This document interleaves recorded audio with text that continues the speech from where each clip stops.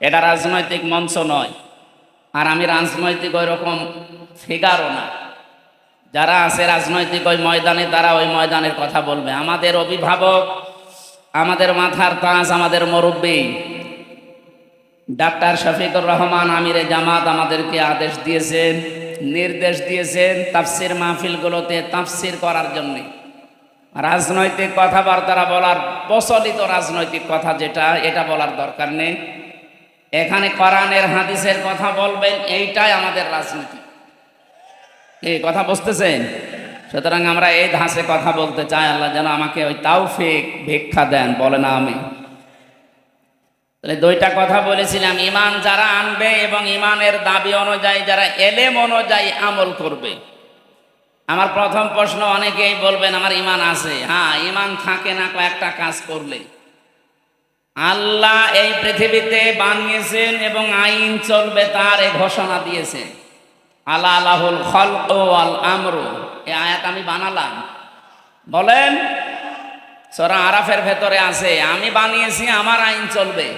সুতরাং আল্লাহর আইন বাদ দিয়ে এই বাংলাদেশে যারা অন্য কারো বানানো আইন প্রতিষ্ঠা করতে চাচ্ছেন, আপনার ঈমান নেই। আপনি যাই বলেন, আপনি নামাজ পড়েন আর রোজা রাখেন আর অন্য যাই কাজ করেন, আমি সংশোধন করলাম, এখন আপনার বিবেকের ব্যাপার। আল্লাহর আইন বাদ দিয়ে পৃথিবীর অন্য কারো আইন যদি এই দেশে কেউ প্রতিষ্ঠা করার জন্য রাজনীতি করেন, আন্দোলন করেন, চেষ্টা করেন, আপনার ঈমান নেই। এটা আমি বানালাম। সূরা বাকারা 2 নম্বর পারা 4 নম্বর পৃষ্ঠা 3 নম্বর লাইনে আয়াতটা আর এক জায়গায় আছে, আন্নাল কুওয়াতা লিল্লাহি জামিআ, সমস্ত ক্ষমতার উৎসকে। কিন্তু বাংলাদেশে বহু রাজনৈতিক দলের গঠনতন্ত্রে লেখা আছে ক্ষমতার উৎস জনগণ। এই আয়াতের সাথে পুরা সাংঘর্ষিক। বাংলাদেশ জামাত ইসলামের গঠনতন্ত্রে এইটা লেখা ছিল না, এই জন্য তাদের নিবন্ধন পর্যন্ত জালেমরা বাতিল করে দিয়েছিল। আপনি কেমন ইমানদার যে আপনার নিবন্ধন বাতিল হয় না, আর এদেরটা বাতিল হয়ে যায় শুধু আল্লাহর উপরে এই কথাটা লেখা থাকার কারণে।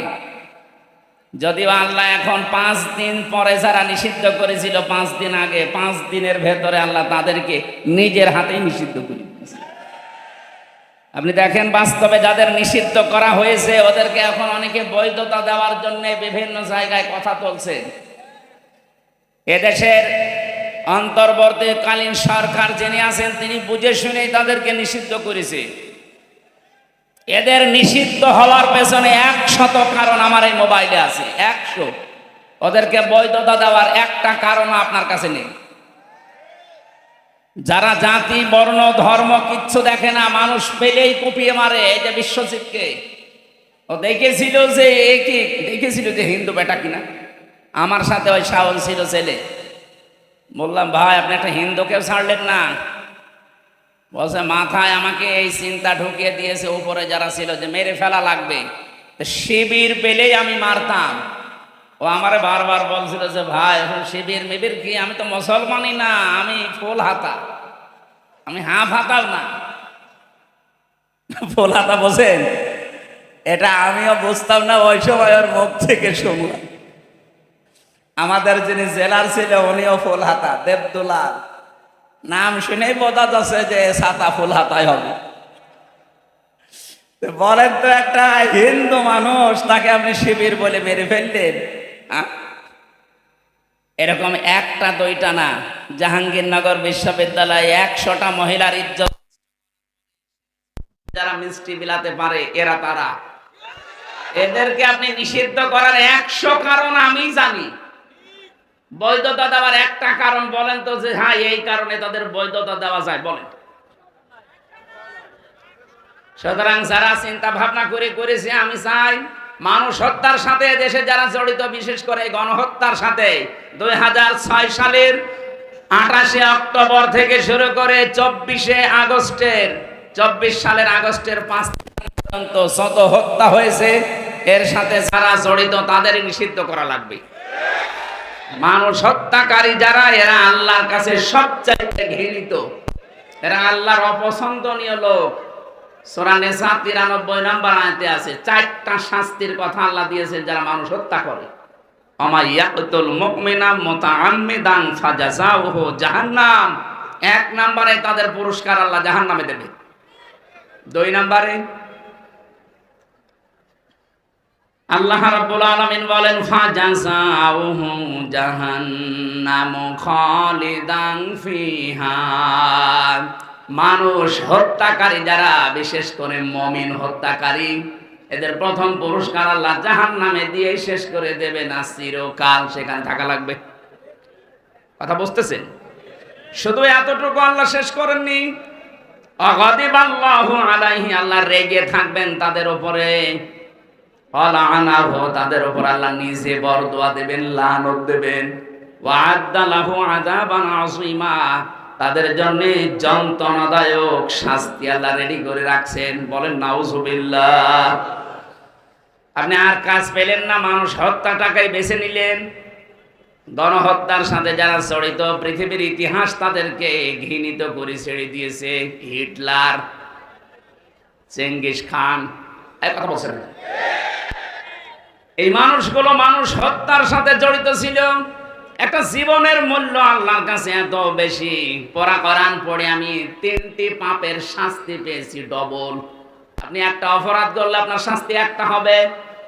মান জাবিল হাসানাতি ফালাহু আশরু আমসালিহা ওয়া মান জাবিস সাইয়্যাতি ফালা ইউজসা ইল্লা মিসলাহা ওয়া হুম লা ইউযলামুন। বলেন আল্লাহু আকবার। কোরআনে কারীম জানাচ্ছে, কোন মানুষ যদি একটা ভালো কাজ করে আল্লাহ কমপক্ষে 10 গুণ তাকে নেকি বৃদ্ধি করে দেয়। সিস্টেম অপর পৃষ্ঠায় দেখুন, কোন মানুষ যদি একটা অন্যায় কাজ করে তার শাস্তি আল্লাহ অতটুকুই দেবেন, একটা, তার উপরে জুলুম করা হবে না। কিন্তু এই 3টা পাপের শাস্তি আল্লাহ আলাদা ভাবে বর্ণনা দিচ্ছেন। এই 3টা পাপ যারা দুনিয়ায় করবে তাদের শাস্তি একটা না, ডবল হবে। ইদাআফু লাহুল আযাবু ইয়াউমাল কিয়ামাহ ইলা আখিরি আয়াত। সূরা ফুরকান 19 নাম্বার পারার 5 নাম্বার পৃষ্ঠার প্রথম নাম্বার লাইনের 69 নাম্বার আয়াতের প্রথম অংশে আছে। আল্লাহ বলেন তাদের শাস্তি আমি ডবল দেব। কাদের? এর আগে আল্লাহ 3টা কথা জানিয়েছেন, ভালো করে মিলাবেন। আমি জানি আমাদের রাজশাহী, খুলনা, রংপুরে সমস্ত বিভাগে এই গুণাগুলো আছে, কিন্তু হালকা, এগুলো বেশি চট্টগ্রাম আর সিলেটে। এটা দেখেন তো আমাদের এলাকায় যে সমস্ত জেলায় আছে কিনা। ওয়াল্লাযীনা লা ইয়াদউনা মা'আল্লাহি ইলাহান আখার। 1 নম্বরে দুনিয়ায় যারা আল্লাহকে ডাকে কিন্তু পাশাপাশি অন্য কাউকে জুড়ে দেয়। কিছুক্ষণ আল্লাহর জিকির করছে, সুবহানাল্লাহ, আলহামদুলিল্লাহ, লা ইলাহা ইল্লাল্লাহ, আল্লাহ আল্লাহ। এরপরে দেখবেন ইয়া আলী বাবা, শাহ আলী বাবা, কেবলা বাবা, কেল্লা বাবা, ফতে বাবা। আমি জানি এই এলাকায় এসব এখনো হয়নি, আছে কিছু হালকা, এগুলো চলছে বেশি। চট্টগ্রাম আর সিলেট বিভাগের ওই জেলাগুলোতে ওরা 180 মাইল বেগে চালাচ্ছে। আমি নাম ধরি না, তারপরও সতর্ক করার জন্য বললাম। এই যে আমার তাহেরি ভাই, কি জিকির বলেন তো, কেল্লা বাবা, ফতে বাবা। ফতে বাবার নামে কোনো জিকির আছে? এখানে শব্দ ছিল মা'আল্লাহি ইলাহান আখারা। আল্লাহকে ডাকে না তা না, ডাকে, তার সাথে সাথে অন্য কাউকে যারা ডাকে তাদের শাস্তি হবে কয়টা? বলেন, ডবল হবে, ডবল। যেহেতু রেকর্ড হচ্ছে, এটা সারা বাংলাদেশে কালকে ছড়াবে। যারা জেনে হোক না জেনে হোক এই গুনায় আছেন, আপনি এখনই থামবেন। আল্লাহ বাদে অন্য কারো জিকির করা মানুষের জন্য জায়েজ নেই। এমনকি নবীজিরও জিকির হবে না, নবীজির দরুদ হবে। কথা বুঝতেছেন? যেখানে নবীজির জিকির করা জায়েজ নেই, কিসের কেল্লা বাবা, কিসের ফতে বাবা। আজকে থেকে সতর্ক হবেন। এই ধান্দায় কিন্তু ওরা মানুষকে জাহান্নামে নিয়ে যাচ্ছে। এরপরও যদি আপনি সতর্ক না হয়ে ওদের মতো জিকির করেন, যান, আপনাকে আমি আরো ঠেলে দিচ্ছি। দুই নম্বরে ওয়ালা ইয়াকতুলুনান নাফসাল্লাতী হারামাল্লাহু ইল্লা বিল হক। অন্যায়ভাবে যাদেরকে হত্যা করা হয়, 2024 সালের 5 আগস্টের আগ পর্যন্ত যাদেরকে মারা হয়েছে, একটা আদালত কর্তৃক নির্দেশনা ছিল। আপনি কোথায় পেলেন? যেভাবেই হোক আপনি মেরে ফেলেছেন, আর মানুষ হত্যা করার জন্য আপনার শাস্তি হবে। আল্লাহ বলছেন ডবল। কথা বলেন না কেন? আজ এই মানুষগুলো এখনো পর্যন্ত বিশ্বের মোড়লদের স্বীকৃতি পাওয়ার জন্য বিভিন্ন মিথ্যা কথা মানুষকে শোনাচ্ছে। বিশেষ করে এই 8-10 দিন এটা বেশি চলছে। যারা দুই বোন মিলে পালিয়ে গেছে, ওরা দুইজনই এখন বিশ্বের মানুষকে কথা জানাচ্ছে যে আমরা নির্বাচিত ছিলাম, আমাদেরকে উৎখাত করা হয়েছে। এটা ডাহা মিথ্যা কথা। আপনি যদি এখন কোন ঘোড়াকে জিজ্ঞাসা করেন যে 15.5 বছরে বাংলাদেশে নির্বাচন হয়েছে, ও হাসবে। কথা বললি 15.5 বছরের নির্বাচন হইল কবে? 154 জন নির্বাচনের আগেই তো ঘোষণা হয়ে যায়, যেখানে 151 জন হলে সরকার গঠন করা যায়। কথা বলেন না কেন? তার মানে ওই নির্বাচন হয়নি। দ্বিতীয় যেটা দেখলাম, দিনের ভোট রাতেই হয়ে গেল, তো নির্বাচন হলো কখন? আর বাকি আমি তো জেলে ছিলাম, আমি জানি না। আমার মনে হয় বাকিটাও এরকম আল্লাহর রাস্তায় গেছে। কথা বলেন না কেন? এইরকম ডাহা মিথ্যা কথা একটা হাসি মানুষ বলতে পারে, ওই রকম হাসি হলে পারে।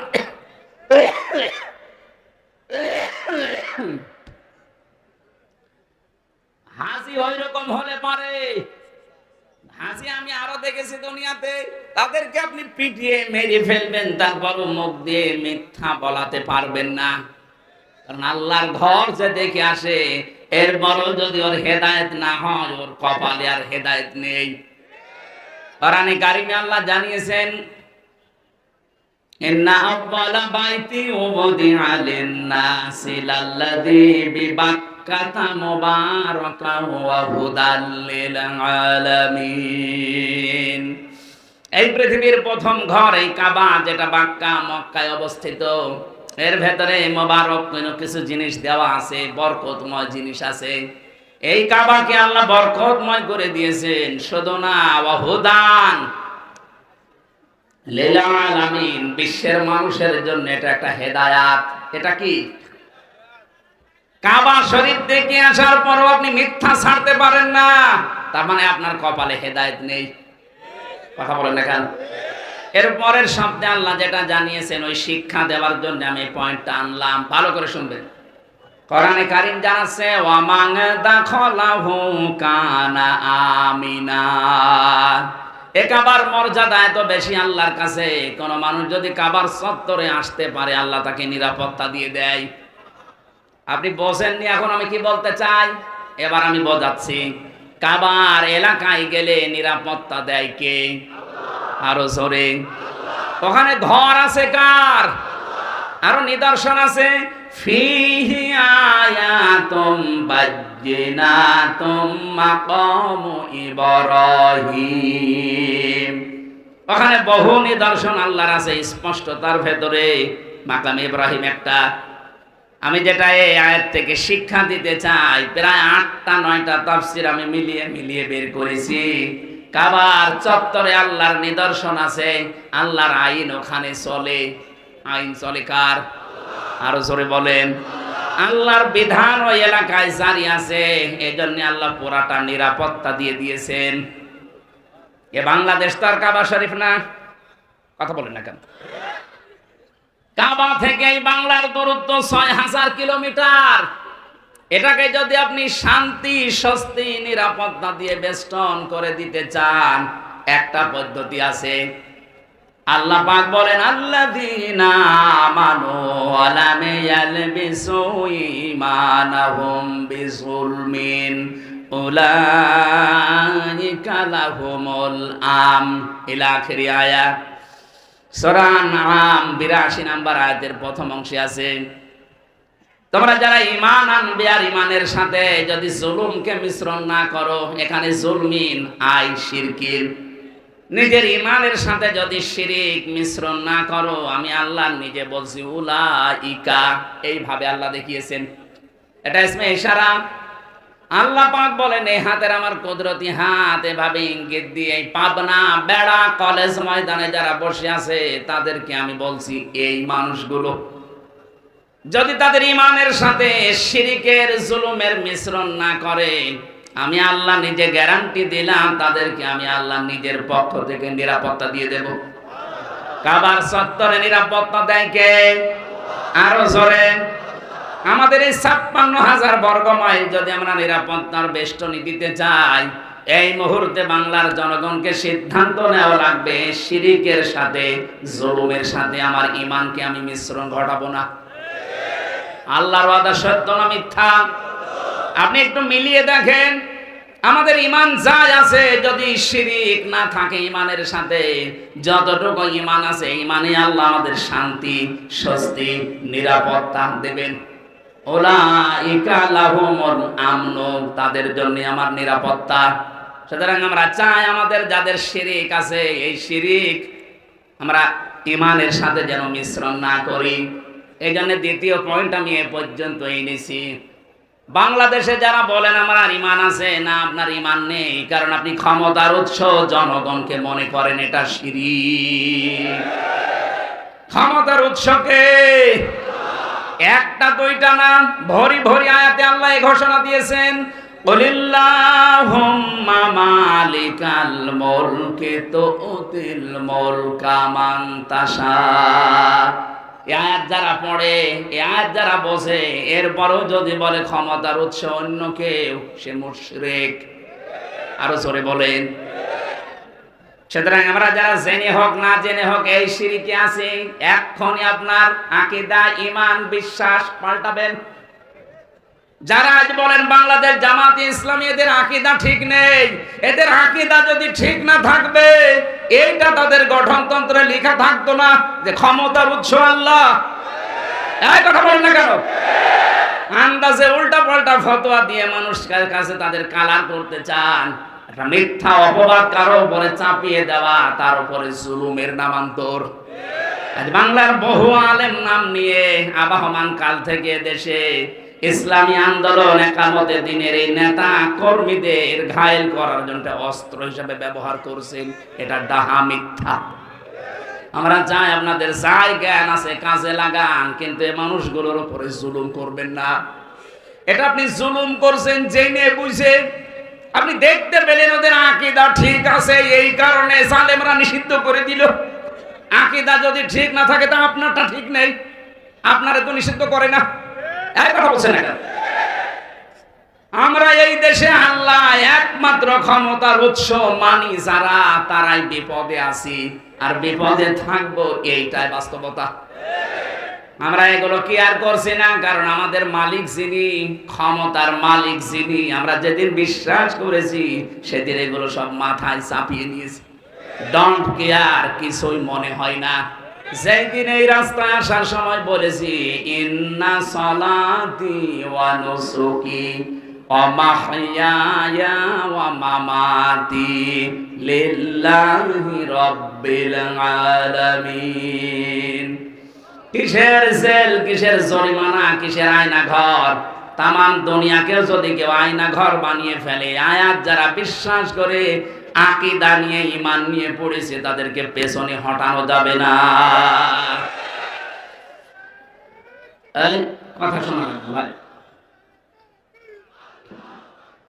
আমি জানি দেশে বহু মানুষের এই ঈমানটা আছে, এই জন্য আপনাকে আমি বাঁচাতে চাই আজকের এই অনুষ্ঠানের মাধ্যমে। আপনি যদি একটু মগজটা কাজে লাগান, আপনার বুদ্ধিটা একটু খাটান, দেখবেন পরিষ্কার হয়ে যাবে। এই শিরিকের কারণে আজ আমাদের দেশে নিরাপত্তা নেই। কথা বলে না কেন? তাছাড়া আল্লাহর গ্যারান্টি তো মিথ্যা হওয়ার কথা না। আমি আবার বলছি, আল্লাহ যেটা পারে ওইটা অন্য কেউ পারে, এই বিশ্বাস করার নাম শিরিক। আর শিরিক যারা করে তারা মুশরিক। আর ফতোয়া লাগবে? আমি তো একবারই বলে দিয়েছি, আল্লাহ যেটা পারে অন্য কেউ পারে, বিশ্বাস আমরা করি না। কথা বলে না কেন? আপনি বিশ্বাস করেন যে আল্লাহ যেটা পারে অন্য কেউ পারে না? আপনি যেমন বিশ্বাস করেন সন্তান দিতে পারে শুধুমাত্র আল্লাহ, তামাম দুনিয়ার সবাই মিলে চেষ্টা করলেও এটা দেওয়া সম্ভব না। কথা বলে না কেন? এটা যেমন বিশ্বাস করেছেন দুনিয়া বানিয়েছেন আল্লাহ, আইনও চলাতে পারে তার, অন্য কারো আইন এখানে চালানো জায়েজ নেই।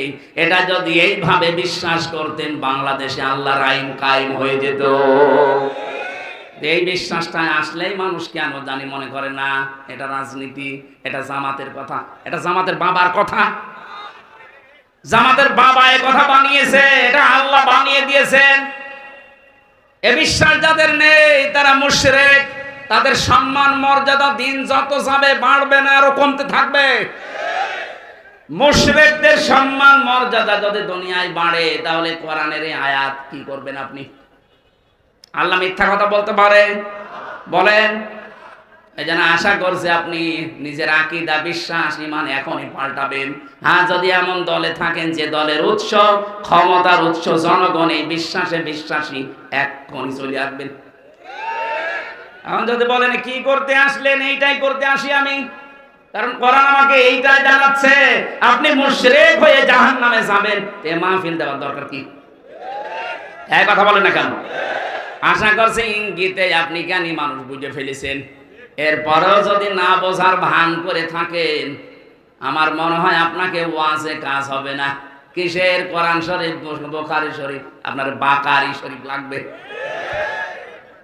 মরণ ছাড়া আপনার আর পরিবর্তন নেই। আমি দোয়া করছি মুসাফির অবস্থায় আল্লাহ আপনাকে যেন সম্মতি দেন। অন্তত হযরতে ওমরের মতো মানুষকে যদি আল্লাহ ফিরিয়ে নিয়ে এসে সোনার মানুষ বানাতে পারে, আমাদেরকেও আল্লাহ পারবে। এই কথা বলে না কেন? যাদের আকীদা বিশ্বাস এরকম খারাপ আছে, ফিরে আসেন। ক্ষমতার উৎসকে আরো জোরে। যখন এই দেশে ৯৬% মুসলমান এই বিশ্বাসটা ১০০% আল্লাহকে দেখাতে পারবে, কাবার মতো এই ৫৬,০০০ বর্গ মাইল নিরাপত্তা আল্লাহ নিজে দেবে। আল্লাহ দিতে পারবে না? পারবে ইনশাআল্লাহ। ওই বিশ্বাস নিয়ে আজকে কোরআনে কারীমের তেলাওয়াতকৃত আয়াতে প্রবেশ করছি। সূরা হজ ৭৭ নম্বর আয়াত পড়েছি। সফলতার মাপকাঠি আল্লাহ এখানে বর্ণনা দিচ্ছেন। আমরা সফল হতে চাই না? আল্লাহ রাব্বুল আলামিন বলেন, ইয়া আইয়ুহাল্লাযীনা আমানু, ওহে যারা ঈমানের দাবি করো, খুব ভালোবাসা নিয়ে বলছি তোমাদেরকে। কোরআন শরীফে আল্লাহ এই আয়াতটা দিয়েছেন 89 জায়গায়। 89 বার ঈমান যারা এনেছে তাদেরকে আল্লাহ এই আদর দিয়ে ডাক দিয়েছেন, ইয়া আইয়ুহাল্লাযীনা আমানু। বলেন আল্লাহু আকবার। এত আদর করে আল্লাহ ডাক দিলেন, ইরকাউ, রুকু করো, আসজুদু, সিজদা করো, ওয়াবুদু রাব্বাকুম, তোমার রবের ইবাদত করো, ওয়াফআলুল খায়রা, ভালো ভালো কাজ করো, লাআল্লাকুম তুফলিহুন, আশা করা যায় জীবন সফল হয়ে যাবে। এই ওয়াজটা করলেন কে বলেন তো? নাকি আমি এই ওয়াজ বানালাম? তাহলে আমাদের এখন সফলতার মাপকাঠি, প্রথম জীবনে আমাদের রুকু থাকা লাগবে। রুকু মানে কি? না না, রুকুর ৯৯টা অর্থ আছে। কোন মানুষকে আল্লাহ রাব্বুল আলামিন কোরআনে কারীমে সূরা বাকারার ভেতরে এসেছে, ওয়াকিমুস সালাতা ওয়াতুজ যাকাতা ওয়ারকাউ মা'আর রাকিবিন। দুনিয়াতে নামাজ কায়েম করো, সম্পদ থাকলে যাকাত আদায় করো, আর রুকুকারীদের সাথে রুকু করো। তার মানে দুইটা অর্থ এখানে। এক নম্বরে জামাতবদ্ধ হয়ে জামাতের সাথে নামাজ পড়ো। দুই নম্বরে আল্লাহর বিধানকে এই জামাতে নামাজ পড়তে গিয়ে যে ২৭টা শিক্ষা পাওয়া যায়, ওগুলো ব্যক্তি, পরিবার, সমাজ, রাষ্ট্রে দাঁড় করাও। করে বলেন সুবহানাল্লাহ। ২৭টা বিষয় আমি পেয়েছি তাফসিরে এই রুকু শব্দের ভেতরে। আপনি যদি সত্যি আল্লাহকে রুকু দিতে চান, এটা আল্লাহর একটা বিধান। এই বিধান পালন করতে গিয়ে যেমন কাতারবদ্ধ হয়েছেন, কোন দল মত দেখেছেন? আরো জোরে বলেন। রুকু আল্লাহর বিধান পালন করার জন্য যখন আপনি দাঁড়িয়ে যান, কেউ কি এই চিন্তা করে দাঁড়ায় যে আমার দুই পাশে যারা দাঁড়াবে শুধু জামাত ইসলাম দাঁড়াবে, অন্য কেউ দাঁড়ালে আমি ওরে পেছনে দিয়ে দেব? কথা বলে না কেন? এখানে যেমন আপনার মন উদার, আল্লাহ এইটাই আপনাকে পরিবার, সমাজ এবং রাষ্ট্রে দেখাতে চায়।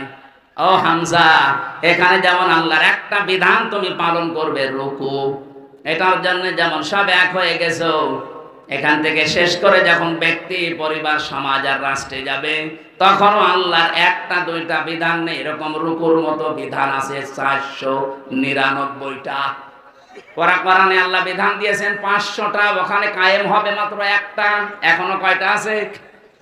499টা এই বিধান। এগুলো আরে নামাজের ভেতরে নেই, এগুলো আছে ব্যক্তি, পরিবার, সমাজ, রাষ্ট্রে। ওইগুলো যে আমি আল্লাহকে দেখাতে হবে, তাহলে তোমার রুকু কবুল হবে। আয়াতের দ্বিতীয় অর্থ এইটাই পেয়েছি, এখানে যে রুকু দিলি, এই রুকুটা জামাতবদ্ধ হয়ে দিয়েছো, এভাবে জামাতবদ্ধ হয়ে আল্লাহর আইনগুলো প্রতিষ্ঠার জন্য কাজ করবা, এর নাম রুকু। এই কাজটা মানুষ এখনো বোঝে না, বুঝলে অনেকে শুধু রাজনীতি রাজনীতি এই গন্ধ খোঁজে। এখানে রাজনীতি পেলেন কোথায় আপনি? রুকু করার জন্য আল্লাহর আদেশ, ওয়ারকাউ মা'আর রাকিঈন, রুকুকারীদের সাথে রুকু করো। এই আয়াতের অর্থ কয়টা বললাম? আরো জোরে বলেন। আপনি এবার জীবনে মানেন কোনটা? প্রথমটা হয়তো মানেন, আজান হলে রুকু দিতে যান, জামাতের সহিত নামাজ পড়েন। রুকুর অর্থ তো শুধু একটা মানলে হবে না, আরো আছে।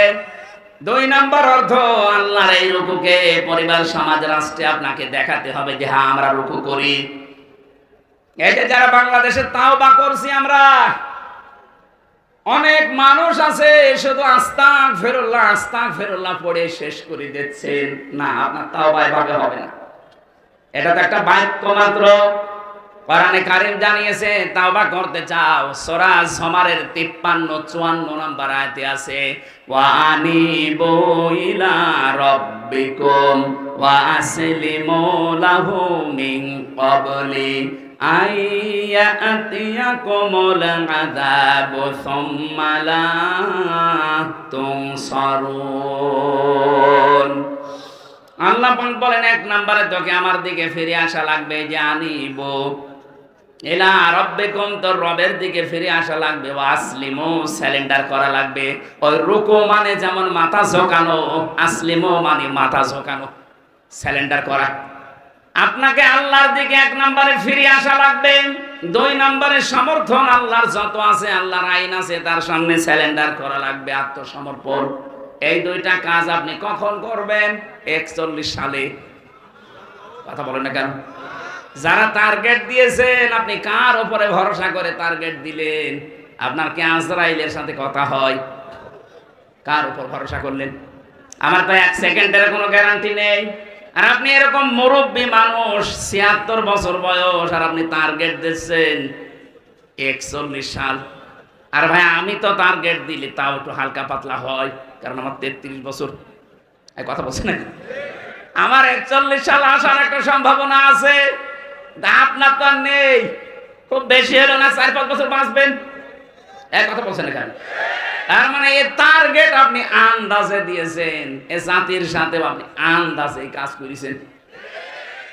আন্দাজ অনুমানের ভিত্তিতে কাজ করা, এটা নবী রাসূল যারা, তাদের শান এবং মান না। নবী রাসূলের যারা অনুসারী, তারা আন্দাজে অনুমান ভিত্তিতে কোনো কাজ। আরো জোরে বলেন। এজন্য আমাদের যখন গ্যারান্টি নেই, আমরা আন্দাজে টার্গেট দেই না। আমরা টার্গেট দেওয়ার আগে আয়াতটার দিকে 3 নাম্বার শব্দ হচ্ছে, ওয়াসলিমু লাহু মিন ক্বাবলি আইয়াতিয়াকুমুল আযাবু সুম্মা লা তুনসারুন। ওই আযাব আসার আগে তোমাকে এই 2টা শর্ত মানা লাগবে। 1 নম্বরে আল্লাহর দিকে ফিরে আসবেন, 2 নম্বরে আত্মসমর্পণ করবেন আল্লাহর বিধান পেলেই। কখন? যখন আপনার কাছে মরণ চলে আসবে। আর মরণ কখন আসবে কোনো গ্যারান্টি আছে? আরো জোরে বলেন। আমরা বাংলাদেশে এই তাওবাটা যদি বুঝে করতে পারতাম, এই 15.5 বছরে যে জুলুম, অত্যাচার, নির্যাতন হয়েছে, আগামীতে অনেকেই এই চিন্তায় আছে যে আগে একটু বসে নেই, এর চাইতে বেশি করব, তাদেরও এটা বন্ধ হয়ে যেত। কথা বলেন ঠিক কিনা? তাওবা ভালো করে শুনে রাখেন, অপরাধ যার কাছে স্বীকার করবেন তার কাছে, এইটার নাম তাওবা। আর এটা আমরা বাংলাদেশের মানুষ অনেকে বুঝি না, বোঝাতেও পারি না। ও অন্যায় করছে আমির হামজার কাছে, আর কাবার গিলাফ ধরে মাপ চাচ্ছে আল্লাহর কাছে। আরে ভাই, আপনি আল্লাহর কাছে দোষ করেছেন, কথা বলেন না কেন? জেলখানায় আমার সাথে এক ওসি ছিল, উনি আমারে বলছে, হুজুর আমার তাওবা দেখেন তো হইল কিনা, বলেন। যে এই যে নির্বাচন গেল, এই নির্বাচনে রাত 12টার পর থেকে আমার এসআই, এএসআই এবং কনস্টেবল যারা ছিল, আরো কিছু মানুষকে সাথে নিয়ে রাত 12টার পর থেকে আল্লাহর নামে আমি ভোট কাটা আরম্ভ করলাম। ফজরের নামাজ পর্যন্ত কাজ কারবার কমপ্লিট করে জায়গা মতো পাঠিয়ে দিলাম। এরপরে আমি গোসল করলাম, ওযু করার পরে 2 রাকাত নফল নামাজ পড়ে বললাম আস্তাগফিরুল্লাহ, আমার তওবা হয়েছে। না, আপনি তো আর আল্লাহর কাছে দোষ করেন না যে আস্তাগফিরুল্লাহ পড়বেন। আপনি দোষ করেছেন হামজার মতো 3.5 লাখ 4.5 লাখ হামজার কাছে। একটা এমপি বানাতে 3.5 4.5 লাখ মানুষ লাগে, তাদের সবারটা আপনি নিজেই দিয়ে নিলেন। আপনি তো দোষ আল্লাহর কাছে করেননি, দোষ করেছেন যাদের কাছে, ওদের কাছে আগে যে ক্ষমা চান। কথা বলেন না কেন? ভয়ঙ্কর বিষয়, আপনি ক্ষমা নাই চাইবেন, কিন্তু সেই কয়েক বছর আপনি ছেলে আছেন, এর ভেতরে তো বহু মানুষ দুনিয়া থেকে বিদায় নিয়েছে, তাদের কাছে ক্ষমা চাবেন কি করে? তার মানে আপনার মাফ নেই। এক কথা বলেন না কেন? জালেমকে টিকিয়ে রাখলে আপনি নিজের সর্বনাশ নিজে করেছেন। এই জন্য আমরা চাই তাওবা, অপরাধ যার কাছে আগে তার কাছে যাবেন। যে যদি তার ক্ষতি করে থাকেন তার ক্ষতিপূরণ দেবেন। এই 15.5 বছরে আপনার জন্য অনেকে ব্যবসা করতে পারে নাই, এক কথা বলেন না কেন? এই 15.5 বছরে অনেকে এমন এমন চেয়ারে যাওয়ার কথা ছিল যেখানে আপনার কারণে যেতে পারে নাই। এমন মানুষ দেশে নেই? আপনি তার ক্ষতিপূরণ দেবেন আগে। এখন যদি বলেন ওই চেয়ারে আমি বসাবো কি করে, আমি তো পালিয়ে বেড়াচ্ছি, না, আপনার তাওবা তাহলে আস্তাগফিরুল্লাহ হবে না। যার ক্ষতি যেইভাবে করেছেন ওই ক্ষতিপূরণ ওইভাবে দেওয়া লাগবে। আমার জীবন থেকে 3টা বছর বিনা কারণে আপনি কেড়ে নিয়েছেন। আমার বাবার কাছ থেকে 30 থেকে 32 লাখ টাকা খেয়েছেন। আগে এই টাকাগুলো ফেরত দেবেন, ক্ষতিপূরণ। আর 3 বছর আমার মতো ফাঁসির কন্ডেম ছেলে থাকবেন, এরপরে বলেন হামজা মাফ করে দেন। এসব কিছু নেই, চামড়ার মুখ, আস্তাগফিরুল্লাহ, ভণ্ডামি করা জায়গা পান না। কথা কি কড়া হয়ে গেল নাকি? কিসের কড়া? এখনো শুরু হয়নি। আমাদের রুকু আসলে হচ্ছে না। সম্মানিতা মা বোনেরা, আয়াতের তাফসিরে আমি রুকু শব্দের ব্যাখ্যা পড়েছিলাম। কোন মহিলা যদি রুকু করতে চায় তার জীবনে 4টা কাজ থাকা লাগবে। সম্মানিত মা বোনেরা যারা এসেছেন এবার কান খাড়া করবেন। নবীজি বলেন, এটা তিরমিজি শরীফের হাদিস, ইদা নাযারা ইলাইহা সাররাতুহু, যখন তার স্বামী তার দিকে বাইরে থেকে এসে তাকাবে, স্বামীকে আনন্দ দেবে। আপনাকে আল্লাহ এমন এমন জিনিসপত্র শরীরে দিয়েছে, স্বামীকে আনন্দ দেওয়ার জন্য ওইগুলো যথেষ্ট। আপনি আনন্দও দেন, স্বামী বাদ দিয়ে দেবরকে, দোলা ভাইকে। এই কথা বলেন না কেন? না, আপনি নামাজ পড়ে রোজা রেখে কালো বোরকা পরে মনে করছেন আমি জান্নাতি। কিসের জান্নাত আপনার? স্বামী আসলে আপনাকে, স্বামীকে সাররাতুহু, তাকে আনন্দ দেওয়া লাগবে। সে যেভাবেই হোক, অঙ্গভঙ্গি দিয়ে হোক, সাজগোজ দিয়ে হোক, যদি দরকার হয় কাঁতো কুতো দেওয়া লাগে তাও দেব। বুড়ো মানুষ কাঁতো কুতো দিয়ে হবে না, অন্য কিছু করা লাগবে। 2 নম্বরে ওয়াইদা গাবা আনহা হাফিজাতুহু, স্বামী যখন বাইরে চলে যাবে তখন তার সম্পদ, তার সন্তান, আপনার ইজ্জত, আপনার সম্ভ্রম, আপনার লজ্জাস্থান, আপনার শরীর, এগুলো হেফাজত করে রাখবেন। এটা নেককার মহিলার 2 নাম্বার গুণ। অথচ হাজারো আল্লাহওয়ালা মেয়ে মানুষ মনে হয় স্বামী বাইরে চলে গেলে মনে হয় দিন পেয়েছে। মোবাইলে সারা দিন কার সাথে আল্লাহর রাস্তায় গল্প করে। অথচ মেয়ে লোক মোবাইলে কোন ভাষা নিয়ে কথা বলবে আল্লাহ সেই ভাষা পর্যন্ত দিয়েছে। সূরা আহজাবের 32 নম্বর আয়াত, হে মেয়েরা, যদি মোবাইলে হোক, পর্দার আড়াল থেকে হোক, হিজাবের বাইরে থেকে কথা বলতে চাও, কথা বলবা সঠিক, মিথ্যা কথা বলবা না, কিন্তু ভাষা হবে রুক্ষ সূক্ষ্ম, রাগ রাগ ভাব। কিন্তু আপনার মোবাইলের কথা শুনলে মনে হয় অনেকেই প্রেমে পড়ে যায়। এই কথা বলছেন না কেন? আশা করছি আপনি মোবাইলের ভাষা বুঝতে পেরেছেন, কিভাবে কথা বলবেন। আননোন নাম্বার যদি আসে ধরবেন, ধরার পরে সালাম দেবেন। এরপরে যদি দেখেন না যে খোকার বাবা না, বা ওই যে 14 জন পুরুষের সাথে দেখা করা যায় যাচ্ছে, ওই 14 জন না, আপনার বাবা, আপনার ভাই, এরকম 14 জন আছে। সূরা নিসা 21 নাম্বার 22 নাম্বার আয়াতের তাফসীর দেখে নেবেন। এই 14 জন পুরুষ মানুষ বাদ দিয়ে পৃথিবীর কেউ, এমনকি কাবা শরীফের ইমামও যদি কল দেয়, কথা বলবেন সঠিক, মিথ্যা কথা বলবেন না। তো ভাষা করবেন এমন, আপনার কথা শুনে যেন মনে করে আল্লাহ এ কি মহিলা না আজরাইল। আর যদি শাবনূরের কণ্ঠে কেমন আছেন বিআই সাহেব, ওইভাবে মোলায়েম কণ্ঠ দিয়ে শুরু করেন, ও মনে করবে কাজ হচ্ছে। 2-4 দিন, 8 দিন, 10 দিন, 1 মাস পরে দেখবেন আপনারে নিয়ে আল্লাহর রাস্তায় চিল্লাই গেছে। চিল্লা বলা ঠিক হলো না, আল্লাহর রাস্তায় চলে যাবে। 3 নাম্বারটা বলার জন্য আমি হাদিসটা বলছিলাম। মেয়েরা এবার সাবধান, সম্মানিতা মা বোন যারা এসেছেন, আমি এইটা বলার জন্য কিন্তু হাদিসটা এনেছিলাম। সত্যি কথা বলছি। অতঈনু আলা দীনি যাওজাতিহা, নবীজি বলেন নেককার মহিলা রুকু করছে তো ওই মহিলা, যেই মহিলা তার স্বামীকে দ্বীনের কাজ করার জন্য সাহায্য করে, উদ্বুদ্ধ করে, আর সময় দেয়।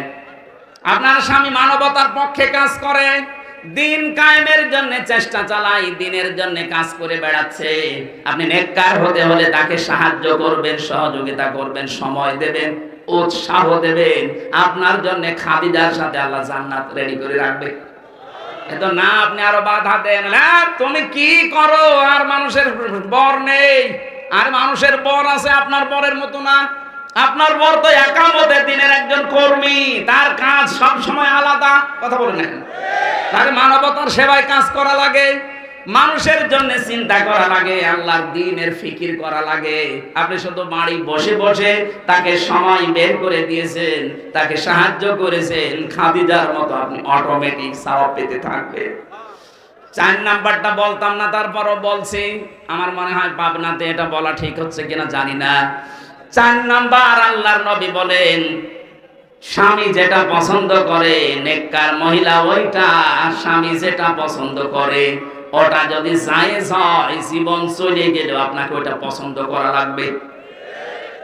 শুনতে আমার মনে হয় মেয়েদের কাছে এবার খারাপ লাগবে, কারণ আমি এটা বাস্তবে দেখছি। আমি সহ যত স্বামী এখানে বসে আছে, এমনকি বাংলার 18 কোটি মানুষের ভেতরে যারা স্বামী, প্রত্যেকটি স্বামীর পক্ষ থেকে আমি বলছি, প্রতিটি স্বামী আমরা চাই বিয়ের পরে আমাদের মা বাবা আমাদের সাথে থাকবে। আমি খেয়ে থাকি না খেয়ে থাকি, আমার সাথে থাকবে আমার মা, আমার বাবা। কিন্তু অধিকাংশ বউ এটা চাই না। এরকম বউ আছে কার? হাত তোলেন তো। আরে ভাই, ক্যামেরা আমার দিকে, হাত তোলেন আপনি, অসুবিধা কি? তোলেন। একজন, ওরা ওই ছাদের উপরে দেখতে পাবেন, হাত তোলেন। আমি জানি এখানে আপনারা ভয়ে তুলছেন না, রাতের বেলা আবার খাবার বন্ধ হয়ে যায় কিনা। না, সামান্য মা বোনেরা দেখেন কি ভয় পায় আপনাকে। হচ্ছে না, আপনার নামাজ দিয়ে, রোজা দিয়ে, কালো বোরকা দিয়ে আপনি নেককার হতে পারেননি। স্বামী যেটা চায় ওটা যদি সত্যি জায়েজ হয়, মাস্ট বি আপনাকে ওটা পছন্দ করাই লাগবে। 100টার 95টা মেয়ে লোক এটা চায় না, কি কোন কারণে চান না বলেন তো? ওটা যদি আপনার মা বাবা হতো, আপনি ওই আচরণ করতে পারতেন যেটা শ্বশুর শাশুড়ির সাথে করেন। আশা করছে আপনি সংশোধন হবেন, আল্লাহ তৌফিক দিন, বলেন আমিন। 2য় নম্বরটায় যাব আমি। এখানে কি দিলেন? এটা মাদ্রাসার মাহফিল, মাদ্রাসার জন্য আয়োজন, এই জন্য ওনারা একটু আহ্বান জানিয়েছে, কিছু সাহায্য লাগবে। যারা যাচ্ছে আপনাদের ভেতরে মন খুলে ওনাদের জন্য দান করবে। আমি মনে হয় এটা আগের থেকে করা ভালো ছিল। ওই যে যাচ্ছে একজন শুধু, আর লক্ষ, ওই যে ভেতরে ভেতরে যারা বসে আছে উঠে পড়েন তো। 5টা মিনিট সময় দিলাম, খুব তাড়াতাড়ি। আমার জেলখানায় বসে বসে 3টা বছরে আমি আমিরে জামাত ডাক্তার শফিকুর রহমান, অধ্যাপক মিয়া গোলাম পরোয়ার, এনাদের সাথে ছিলাম। বেশিরভাগ ছিলাম মাওলানা মামুনুল হকের সাথে। যে সমস্ত বইগুলো আমি নোট করেছিলাম পরবর্তীতে বই লিখেছি। ও যে গাড়ি আছে গেটের সামনে, যাওয়ার সময় নিয়েছেন, কাজে লাগবে, অনেক তথ্য দেওয়া আছে। সৃষ্টি জগৎ নিয়ে এই বইটা কেবল 4-5 দিন আগে বের হয়েছে।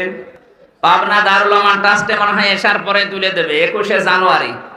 আর মহিলা মাহফিল আছে মনে হয় নাকি, আমি জানি না, আমাকে ওটা বলেনি এখনো। যাক, রাতের বেলা যাবেন 21শে জানুয়ারি। আর 20 তারিখে কে আছে আমি জানি না।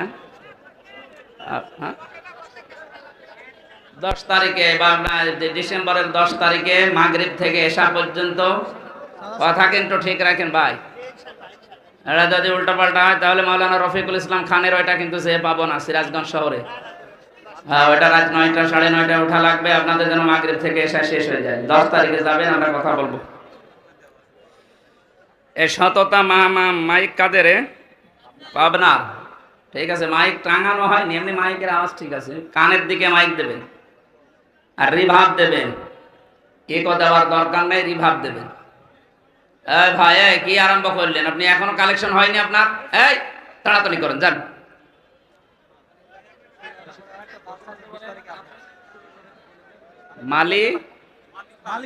মালিফা হাই স্কুল মাঠ, পাবনা, 20শে ডিসেম্বর। কার এটা? আমার না না, এটা নেই, এটা এক স্যার আমারে নিয়ে নিয়েছে, এটা হবে না। এই হোসাইন, আরে ভাই নিয়েছি তো, কিন্তু এই যে এই স্বাধীনতার পর থেকে সব উল্টিয়ে গিয়েছে। নিয়েছি তো জেল থেকে বের হওয়ার পর, কিন্তু এটা ঠিক নেই এখন। এই মাহফিল আমার এক স্যারে নিয়ে নিয়েছে, এখন মাহফিলের তারিখ পাল্টাবে হয়তো, এখনই তারিখ দিয়েন না। এই ঝামেলা করতে যা হয়েছে যান, টাকা পয়সা কালেকশন যা হয়েছে বের হয়ে যান তো, আপনারা যান, বের হয়ে যান, তাড়াতাড়ি যান। বের রাত থাকা যাবে না, যান তাড়াতাড়ি যান। বসেন বসেন বসেন। সুবহানাল্লাহ আলহামদুলিল্লাহ লা ইলাহা ইল্লাল্লাহ। সুবহানাল্লাহ আলহামদুলিল্লাহ লা ইলাহা ইল্লাল্লাহ। সুবহানাল্লাহ আলহামদুলিল্লাহ। পাবনায় যে মালিহা নাকি মালিফা, এখানে 20 তারিখের যে কথা বলছে, জেল থেকে বের হওয়ার পরে ওই যে চাষকিয়া আছে আটঘরিয়া, হাজী আব্দুর রহমান, ওনারটা আমি নিয়েছিলাম ওর সাথে মিলিয়ে, কিন্তু ওনারটাও বাদ দিয়েছি, সেই হিসাবে এটা বাদ হয়ে গেছে। আর আমি এই স্বাধীনতার পর থেকে আমি নিজের নিয়ন্ত্রণে নিয়ে, এখন আমাকে সংগঠন, আমার উপরে যারা দায়িত্বে আছে, দায়িত্বশীল মানুষগুলো যেখানে যেতে বলে এই জায়গায় ছাড়া দেওয়া যাচ্ছে না। কোনো মাদ্রাসা বা এতিমখানা, গ্রামে, মসজিদে, যুব সমাজ এসব আর হচ্ছে না। সামনে হয়তো যারা আমার দায়িত্বে আছে তারা ছাড়া মাহফিল আমি আর করতে পারবো না ভাই, অন্য যারা আছে তাদেরকে দিয়ে করে নেবে। এই জন্য বলছি ডেটগুলো আর সিরিয়াল নেই, সব এলোমেলো হয়ে গেছে, এগুলো আবার ফের সাজাবো, সময় পাচ্ছি না। না, এই মাহফিলটা নষ্ট হয়ে গেল, এইভাবে হয় নাকি? কালেকশনগুলো আপনারা আগের থেকে করে নেবেন, একবার ঘাস কেটে গেলে আবার তোলা ঝামেলা। একটা লাইন মতো ছিলাম আমি।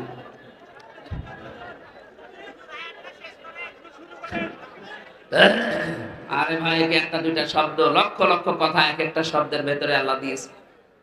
এর উপর শব্দের এত অর্থ পেয়েছি আমি তাফসিরে, এগুলো তাফসির আকারে বলতে গেলে তো সময় লাগে। রাতের বেলা দেবেন মাহফিল, দিনের বেলায় মাহফিলে গ্যাঞ্জাম হয় আর আমিও কথা তুলতে পারি না। রাতের বেলা দেবেন, যে কয়টা হয় হোক, সারা বছর করা লাগবে কোনো মানে আছে? সাইদি সাহেব করতো না, এক জেলায় একটা দিলেই তো যথেষ্ট, গ্রামে গ্রামে নিয়ে আসা লাগে। আগামীতে মনে হয় এটা আর হবে না। আমাদের যিনি একেবারে সর্বোচ্চ দায়িত্বশীল, উনি আমাকে জানিয়ে দিয়েছে আগামীতে মাহফিল করলে সর্বোচ্চ এক জেলায় 2টা, এই মাথায় ওই মাথায়। এই গ্রামে গ্রামে আর দেওয়ার দরকার নেই, লেখাপড়া করে করে তাফসির আকারে কথা বলবে, সেই হিসাবে বলা লাগবে। আমি মনে হয় কি হবে বলতে পারছি না, কারণ ওনার কথা মতো আমাদের চলা লাগবে। আগামীতে এটা আর করবেন না, সব মিলে ট্রাস্টে দেবেন। নয়তো হয় পাবনা, ওখান থেকে আরো 30 কিলো 40 কিলো দূরে, সেখানে এই মাথায় ওই মাথায় এরকম মিলিয়ে নেবেন, আমরা কথা বলবো। আল্লাহুম্মা আমিন। রব্বানা আতিনা ফিদ দুনিয়া হাসানা ওয়া ফিল আখিরাতি হাসানা ওয়া কিনা আযাবান নার রব্বিরহামহুমা কামা রব্বায়ানি সাগীরা। আল্লাহ তাআলা দিনের বেলায় হাজারো কাজ বাদ দিয়ে আমরা সবাই ছুটে এসেছিলাম কোরআনে কারীম শোনার জন্য। যতটুকুই শুনেছি সফল হওয়ার জন্য। আল্লাহ জীবনে তুমি চূড়ান্ত সফলতা দিয়ে দাও। তোমার শান্তি স্বস্তি নিরাপত্তা পাওয়ার জন্য যে বিধান দিলে, শিরিক মুক্ত হওয়া লাগবে, জুলুম মুক্ত হওয়া লাগবে। বাংলাদেশের ৫৬,০০০ মা বর্গ মাইলকে আল্লাহ জুলুম আর শিরিক মুক্ত করে দাও। তোমার পক্ষ থেকে আমান নিরাপত্তা দাও। এ মাহফিলের আয়োজন করতে গিয়ে যারা শ্রম দিয়েছে এদেরকে কবুল করে নাও।